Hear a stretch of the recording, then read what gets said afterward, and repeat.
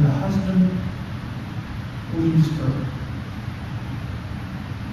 with a home that she cannot manage and 3 kids. And how many times, 2 or 3 in the morning, as a mother cried out, God, where are you? Don't you care?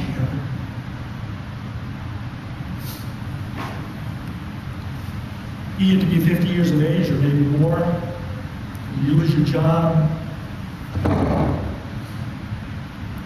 And you think, how in the world am I ever going to find another place to work? I was talking to a minister of music / education director. He's in his mid-50s. He said, Ray, you don't understand how difficult it is. This is when I was working in my former pastor. He said, Ray, you don't understand how difficult it is for a pastor to find a new home. And he said, I'm afraid. After 30, 35 years of ministry, I'm afraid, and I feel like there's no one that really wants me anymore. Where do you go when you come to a point in your life where there's no more job and no more income? Lord, don't you care? You walk into your mother's room and you have to introduce yourself every time because Alzheimer's takes her further and further and further away from you, and maybe you've had to go through those kinds of experiences. Lord, where are you? Don't you care? And that's where the disciples are. This storm is surrounding them, it's engulfing them, and they're crying out, Lord, don't you care? And they're trying to wake him and to arouse him and to help him to see what they're going through. And it says that Jesus immediately gets up and he immediately calms the storm.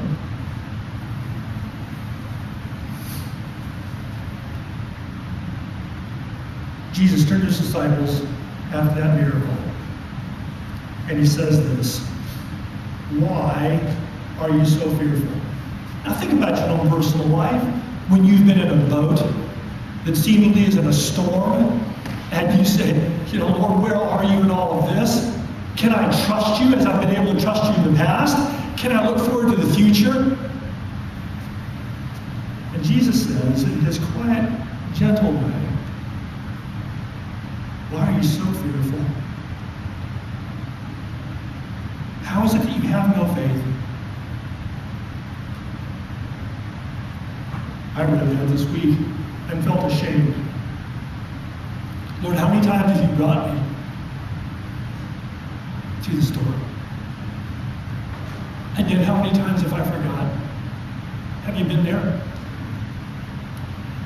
Jesus looks at these disciples and says, why are you so fearful? Do you still, after all this time, have no faith? Are you still clinging to your life jacket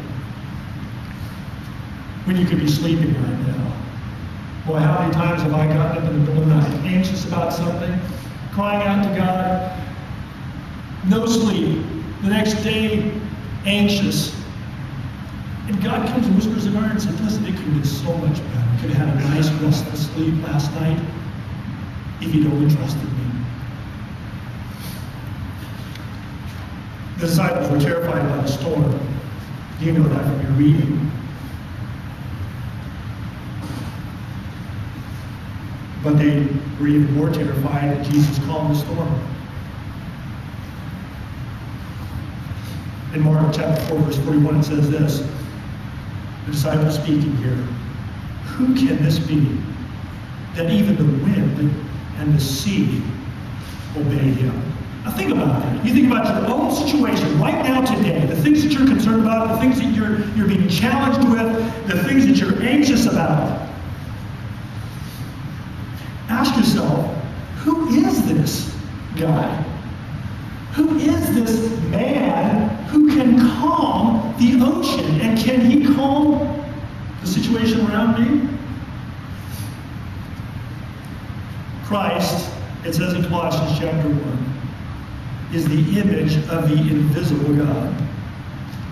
The firstborn over all creation, for by him all things were created that are in heaven and on earth, visible and invisible, whether thrones or dominions or principalities or powers, all things, including your life and your day tomorrow and your day the next day and your next month,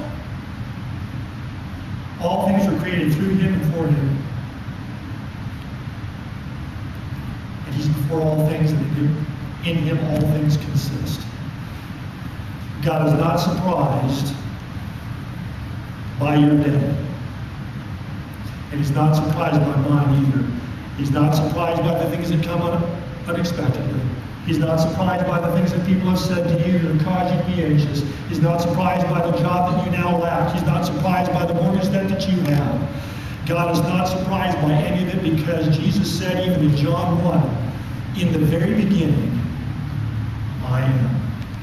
I got it all covered. I've got your life all worked out. Who is this guy? Who is this man? What do people say when you talk to them about Jesus? Many times they'll say, well, he's a great prophet. You know, Jesus did not claim that he was a great prophet. He claimed to be the Son of God. And if you want to stir trouble at the workplace, mention that. What is the prophet Muhammad like? What is his history? What is his testimony? What are the testimony of others regarding his life? And what is the history of Christ? And what are the testimonies of Christ? What do people say? Who is this man? Have you looked? Have you taken the time to see that this is a very special, a very different man? Who is this man? He is the God of creation. He's the one who created everything and who holds it all together. And I think sometimes we forget just how big God is. My kids a few years ago purchased a film called Honey, I Shrunk the Kids. Ever seen that silly film? It's so cute. Rick Moranis plays this nerdy inventor who comes up with a machine that can shrink things down to microscopic size. Wouldn't it be awesome to have that kind of machine? You know, your mother-in-law crosses you, you just shrink her down to size. Right? You've got a family member that you're struggling with, you just shrink it down to size. You got a mortgage payment that you can't pay, you just shrink it down to size. I mean, wouldn't it be fantastic to have that kind of machine? Since the beginning of time, we've been trying to shrink God down to size by making him into some kind of figurine and putting him on our fireplace mantle, or burning his image onto a glass candle and then burning it at night. Or we condense God to be contained in a little box. And I think that the reason that we do that is because we're comfortable with a God that we can control. But I want to tell you this, that God is the most shrink-resistant entity in the universe. But aren't you glad? He's not just contained on a cross around my neck. It is something far greater than that, far larger than that. It can take care of any and all situations in my life. Who is this man? Really, have you asked yourself that question? Who is this man? Is he different than all the rest? He's either who he claims to be, or as some authors have said, he's a lunatic. You go into work tomorrow morning and let folks know that you are the Son of God. Let folks know that you are God's Son and you are here to perform great miracles on behalf of their family and their life. It may be you will not have a job very long. Jesus said, I am the Son of God. He's either nuts or there's something to this man. You know that every testimony of every person who followed him and tried to trick him and trip him up, everyone said this about this man. He's more than a prophet. They said he is sinless, perfect. Who is this guy? He's the God of creation. And he's the God who urges you to move toward your fear.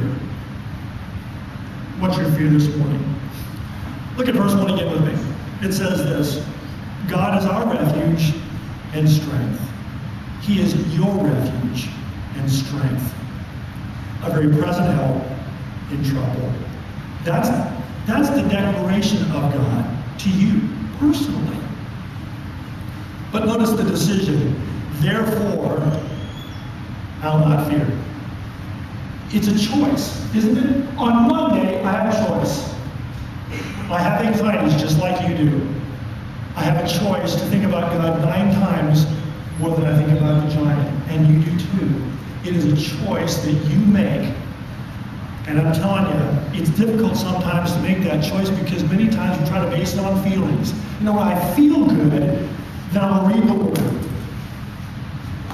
You know, when my day's going well,